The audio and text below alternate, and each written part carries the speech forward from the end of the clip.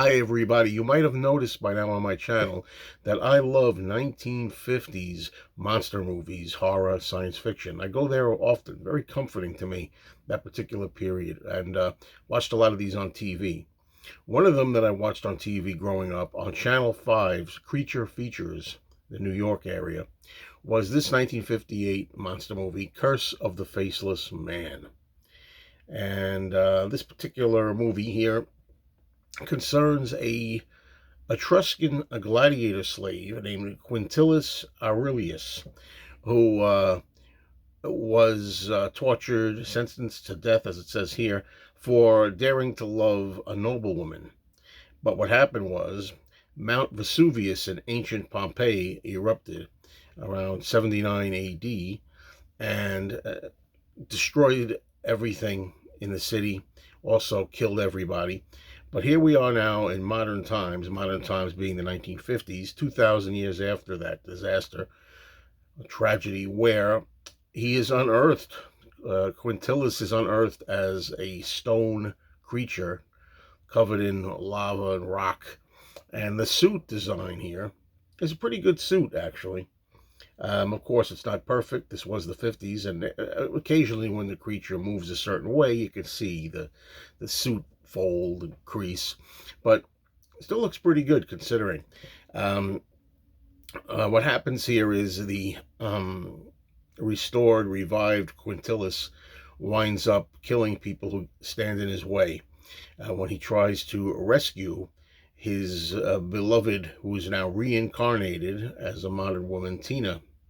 And Tina is played by Elaine Edwards, who was in The Bat.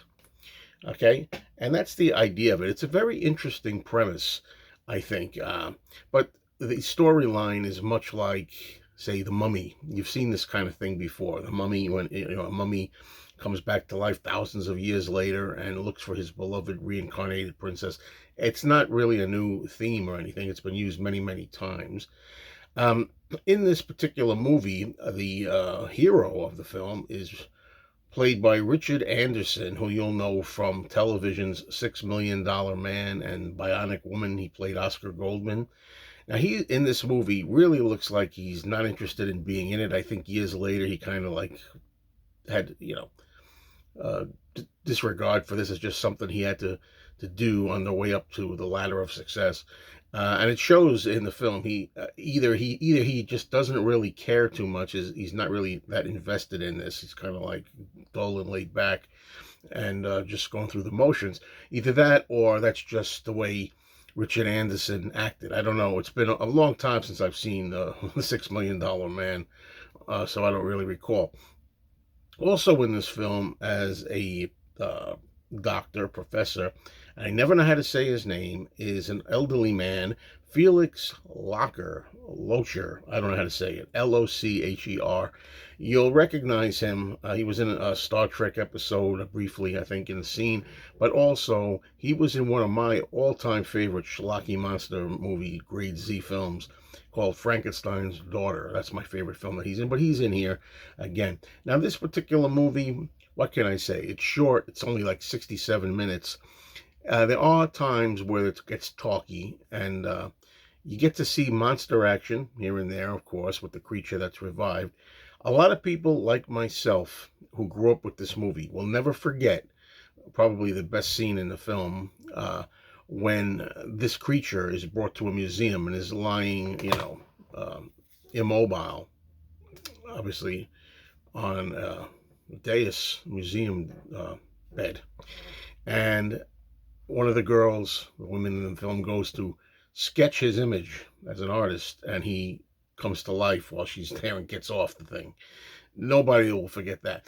Overall, though, as I say, although we have moments here of, monster interest, we do get a lot of talk, which I'm not a kid anymore. I like the talk if it's interesting.